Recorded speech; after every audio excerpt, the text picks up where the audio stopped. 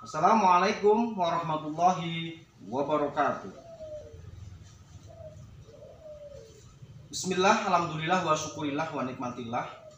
Alhamdulillah pada kesempatan ini minggu kemarin saya sudah menjelaskan terkait dengan mata kuliah Islam dan budaya lokal. Pada kesempatan ini kita nanti akan mengkaji bersama dengan materi yang akan nanti dipaparkan oleh kelompok. Silakan para mahasiswa dipersiapkan untuk materi, resume, dan kira-kira nanti apa yang akan dipertanyakan pada pertemuan kali ini. Silakan kita simak bersama-sama paparan dari kelompok untuk materi pertemuan pada kesempatan ini. Jangan lupa teman-teman, silahkan nanti dicek V-Class-nya untuk upload materi dan diskusinya. Kemudian kita akan sharing bersama di WhatsApp group. Untuk itu, saya ucapkan terima kasih dan tetap semangat, jaga kesehatan.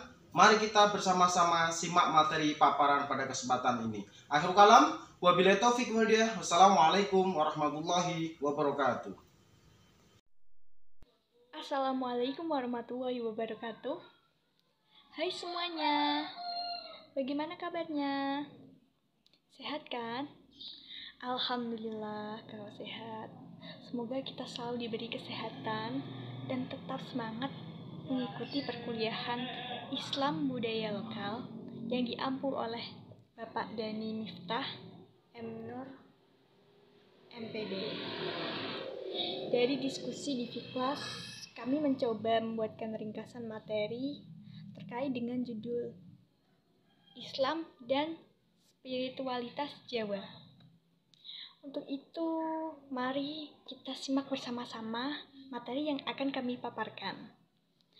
Untuk diskusi bisa kita gunakan V-Class atau grup medsos yang lainnya seperti WhatsApp, atau yang lainnya juga bisa sebagai wadah diskusi dan sharing untuk kita semua.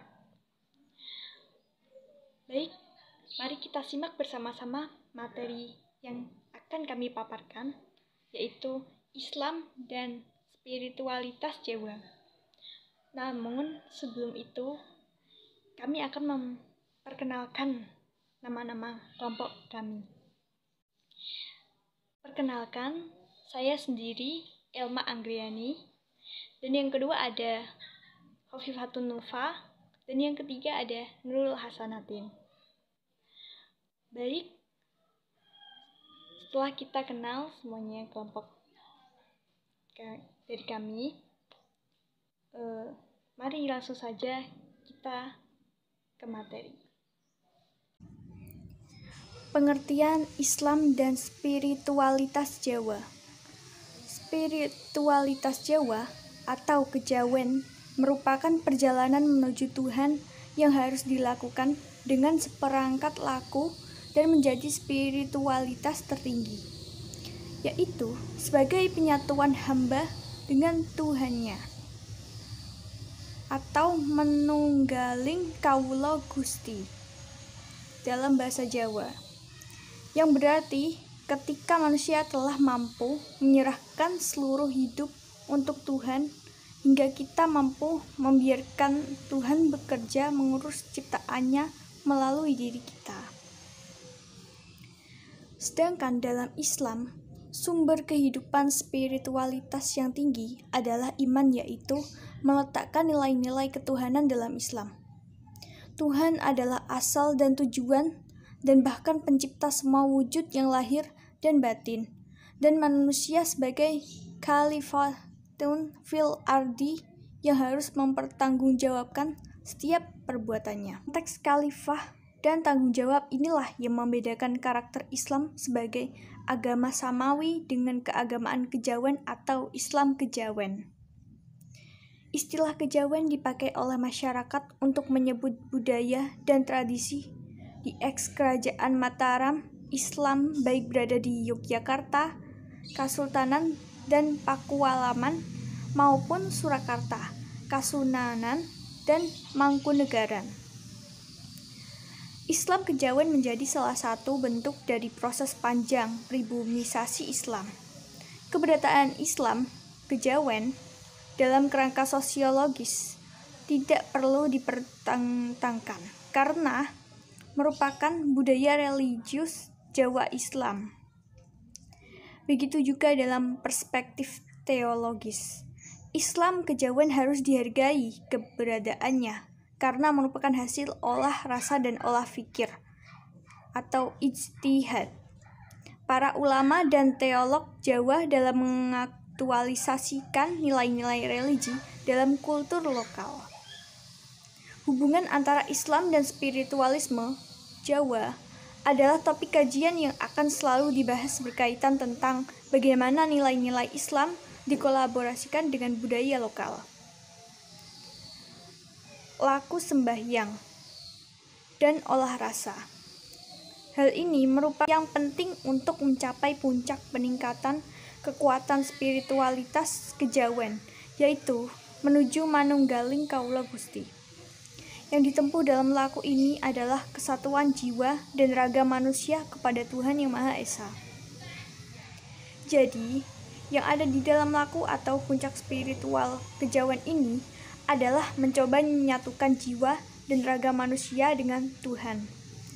Contoh beribadah seperti tarawih dan lain-lainnya. Sekian dari saya, akan dilanjutkan oleh perwakilan kelompok kami, Mbak Nufa. Selanjutnya, saya akan menjelaskan materi yang sudah disampaikan Mbak Elmar. Sedangkan kebenaran-kebenaran yang diperoleh melalui laku dan rasa harus didasarkan pada ngilmu atau ilmu. Ilmu di sini bukan sekedar pengetahuan, namun lebih kebijaksanaan dan konsep ilmu itu sendiri dipengaruhi oleh ajaran Islam. Sebagaimana konsep mayu hayuning saliro yang berarti memelihara kesejahteraan bumi, mamayu hayuning bangsa berarti memelihara kesejahteraan bangsa, dan mamayu hayuing bawana berarti memelihara kesejahteraan jiwa.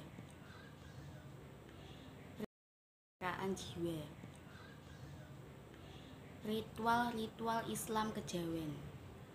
Islam Jawa kental dengan animisme dan Hinduisme, maka logis jika warna dan cita rasa Islam yang berkembang di Jawa juga bernuansa animisme dan Hinduisme. Hal ini bisa disaksikan hingga sekarang dalam berbagai sistem ritual Jawa seperti slametan, hitanan, bersih desa, maupun ekspresi keberagaman lainnya. Sejatinya, ritual slametan berakar dari dua tradisi pra-Islam dan sekaligus dalam tradisi Islam, namun lebih banyak dipengaruhi oleh filsafat agama Jawa yang dibangun berdasarkan tradisi pra-Islam. Ritual slametan yang dilakukan secara bersama-sama oleh semua kalangan merupakan upaya harmonisasi dan integrasi sosial yang mampu berakulturasi dengan baik.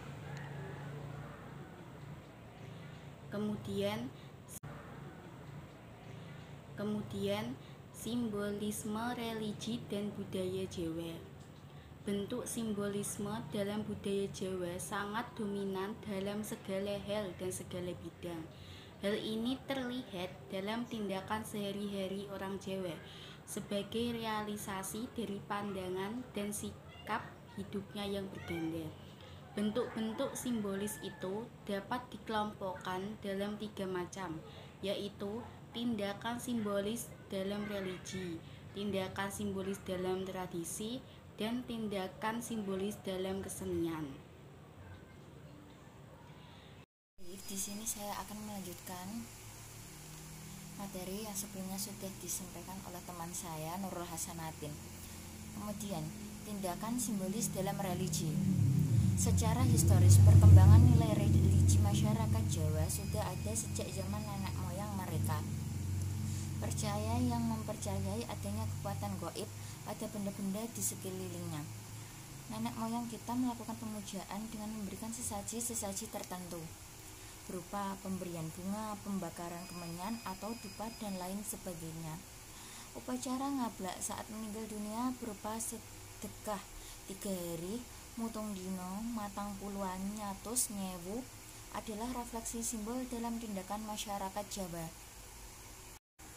Selanjutnya, tindakan simbolis dalam tradisi. Kesultanan Surakarta sebagai salah satu keraton yang bercirikan Islam dapat dilihat pada gelar yang dipergunakan raja, adanya jabatan penghulu keraton atau abdi dalem atau ulama. Upacara grebek, grebek poso, grebek besar, grebek maulud, malam salikuran. Namun di sisi lain juga sebagai keraton yang memiliki nilai-nilai tradisional kepribadian Jawa. Tindakan simbolis dalam kesenian. Di Kasunanan Surakarta ada gamelan ciptaan Sultan Agung yang diberi nama Kiai Guntur Madu dan seperangkat gamelan yang diciptakan oleh Sunan Pakubuwono IV, yaitu Kiai Guntur Sari. Gamelan ini ditabuh atau dibunyikan pada acara adat istiadat keraton, yaitu upacara sekaten yang jatuh pada tanggal 12 Rabiul Awal untuk memperingati hari kelahiran Nabi Muhammad SAW. Islam dan spiritualitas budaya wayang kulit masyarakat Jawa.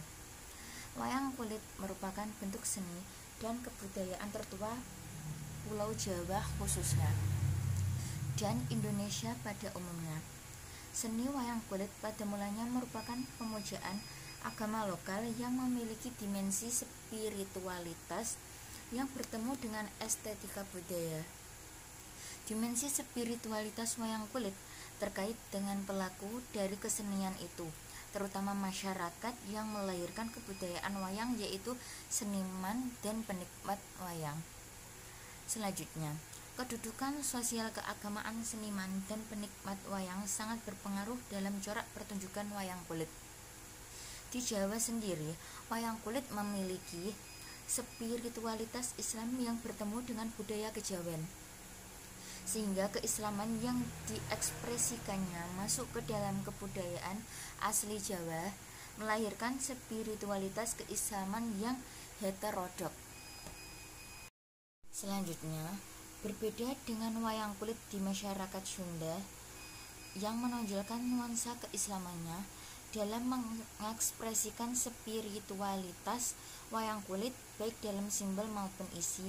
Hal ini ditunjukkan dari model-model wayang kulit yang dibuatnya yang mengalami improvisasi dan kombinasi dengan budaya Arab di mana tempat agama Islam itu berasal, seperti pakaian sorban Arab pada tokoh wayang dan munculnya kelompok Punokawan yang terdiri dari 9 wali yang mencerminkan 9 tokoh penyebar agama Islam.